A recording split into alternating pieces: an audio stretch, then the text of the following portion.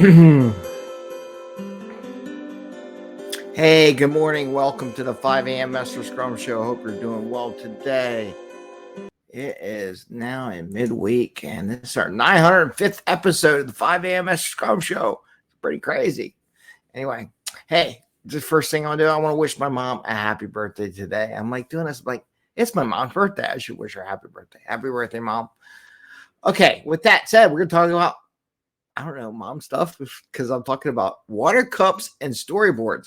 And Greg, you're nuts. What the heck does water cups, or kids' water cups have to do with storyboards? And I'm going to give a little story and talk about it a little bit.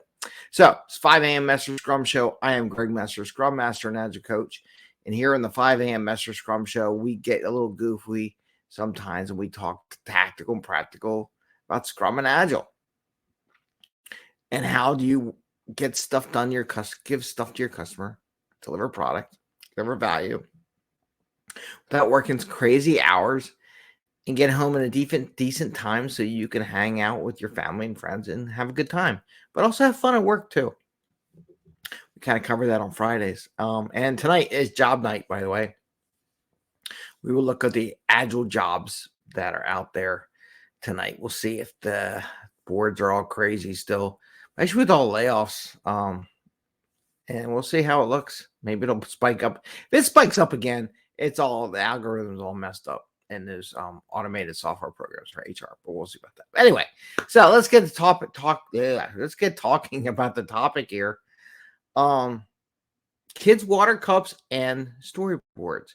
And why am I actually comparing the two? Well, a long story short, I can tell long stories, by the way, is that my kids, especially my son, have been leaving their water cups on the kitchen table. So they would eat dinner or whatever, and they would leave their cups, and usually they're full of water. It's like they fill it all up to the top, and they only drink 3/4 and leave the rest on the table. And problem is, our cats, our 20-pound cat Bubbles, who you see on the show every once in a while, and Heart, she's pretty bad. She seems like she's a little kitty, but she's not a little kitty. She's a big cat too. Would jump off our stairwell and land on the kitchen table. Next thing you know, there's water everywhere flying across the table. And I got upset. I'm like, this is ridiculous. So I started working with my kids and remind them to take the water cup and put it on the counter. Because at least on the counter, when the cats don't jump on it, and two, it's solid enough that it's not going to move when a 20-pound cat jumps on it. So every night I worked on it. Every night it was a little painful. Reminding the kids at the end of dinner, they would try to get up and go play their video game, whatever they would do. I'm like, well, hey, water cup. It took a while, but now it's finally, they do it automatically. I would say it took about a month or so, to be honest with you. Yeah, a month of me going, hey, your water cup's on the table. Get it off the table. Because I did explain to him, I said, like, what if we had like your papers, your computer, or my computer, or a phone, or something was on there.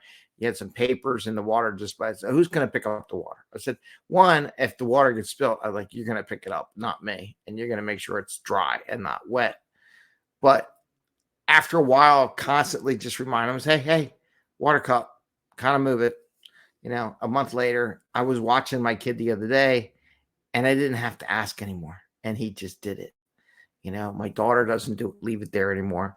Every once in a while, they do it, but not often. So why am I describing this with the Scrum board? Well, how many times do Scrum Masters move stories across the board for their team? That's not your job, right? It's not your job to do that. You think you're being helpful, but you're not. Your job is, hey, can you move it across the board? Appreciate that. Thank you. Because you want them to get in the habit of doing that every time they get a subtask done, or a task, or a story, or they move things, that they move it across the board themselves. It is painful. I'm going to tell you, it's painful. It's painful. It's going to hurt. It's annoying. It's just as annoying as me having to remind my kids to take the cup off the table and put it on the countertop. But about a month later, and if you're going to work with someone for a year, rather than you doing and them getting used to it, because that action of them moving it allows you to get if they get in a habit, then they do it all the time. They do it when they're not in daily scrum. They do it when they're working to move and send signals and share information to the rest of the team that their work is at the next level. It doesn't necessarily have to happen at daily scrum. Daily scrum is just a reminder that you move stuff and, hey, it's in your box, by the way, and it's available for you to do something with it as a partner on the story. But by not waiting for you to do it, they provide more instantaneous information. And I always find it funny. Oh, you should do this, but we always want up-to-date information, right? The day is not the updated information. The updated information is as they go is the best updated information. And the more you say, hey, can you move it? And not volunteer, you have to resist. I had to resist picking the water cup up, put it on the countertop. I did it enough times that says, you know what, I'm done. I'm done doing it. And I realized that it's not me. I shouldn't do this, right? And it really should be them. In the long run, them doing it makes more sense. I mean, years ago, we worked to get the dishes, take the dishes to the sink when you're done. It's not mom and dad's job to pick up your dishes and take it to the sink. They should do it themselves when they're done. So we worked on that too, but now it's the water cups. So I'll be honest with you. I was very surprised. I was observing. I'm a terrible coach, observing my kids and see how well my coaching. Though I did threaten them a few times. I have to admit, I did. I was like, you want to lose your electronics? Because if my electronics get wet, you lost yours for a month. Or at least, or until I get mine fixed.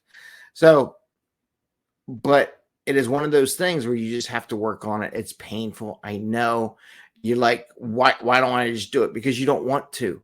You want your team to get used to moving stories and things across the board as they get them done or move them to the next phase or next step in the process. You don't want to wait for daily scrum. So you may think you're helping them by moving a story during daily scrum, but you're not. You offering is not. You should just say, hey, could you please move it? One, you're verifying that they actually have access to the system and they didn't have the damn thing up on the screen. Two, they're more capable of doing it. They're grown-ups, right? It's not like you're an 18-year-old, an 8-year-old kid or 11-year-old kid that they need to be told to move it or helped out with some things. And some things they do, but they don't need being helped to take the water cup from the table to the countertop. Just like a developer or anybody on a team doesn't need your help to move a story across a board. I thought I'd give you that analogy. It's kind of weird and everything, but sometimes we need that weirdness and that subtleness to sink in. That why can't I just move the story? Stop it. And there was a video about stopping doing something. Well, stop it. Just stop it. Just resist it. It's hard. I know. You just get in that habit, but you as a scrum master, an agile coach, or a teammate or whatever, do not move stuff for people on the boards. Let them get used to it, because that way they're used to having the system open. And as soon as they get something changed, they're broadcasting that change to the rest of the team. So the rest of the team can know where it's at, and it doesn't have to wait to a daily scrum on a day. Because how many people complain about scrum? Oh, I don't want to scrum. Well, then you know what? Update the board on a consistent basis. You don't want to do daily scrum, then I expect everything to be updated. We shouldn't have to ask, and it should be done. When you get to that level, maybe we don't need daily scrum. Maybe it's just a quick chat on a chat or something. But until you get to that level, we're doing daily scrum, right? And actually, I'm still not going to move the story for you during daily scrum. So this is just the comparison of the kids taking the water cup from the table and moving it to the counter, so the cat's in the middle of the night when they go play merry-go-round in the house and jump on the table because no one's there, and they're just like, oh, look, there's a table. I can leap all the way over there and cause havoc in the middle of the night. That water doesn't spill everywhere. So just like that, where I don't need to remind them anymore. It took about 30 days to get to that level, plus or minus a month, I guess, maybe. I don't know. I forget when I really started it. But now they're doing it themselves. I just realized the other day. I said I didn't even have to remind them, or I just say water cup. They get up, come up, get it, put it away. That's all I have to say. I don't have to yell at them. I don't have to scream at them. don't have to do anything anymore. I just say the word cup after dinner, and they go get. Oh yeah, I got to go get my cup, and they go move it. So that's the way the cookie crumbles in my household. And as a Scrum Master, do not move stories for your team across the board or subtasks or anything. Have them do it, because as soon as they get that habit, it's much faster, it's much safer. You get better information. The quality information is better because it's real time. So with that, I want to say have a great day. Happy scrumming. See you tonight at 8:00 in our show. And I'm trying to get more consistent about being right on at 8:00. And that's after all the sports games and all that. Now it's kind of quiet. The hockey season comes up, so we'll see. And have a great day. Enjoy. Stay warm out there. It's kind of cold now. And we'll see you tonight. Bye.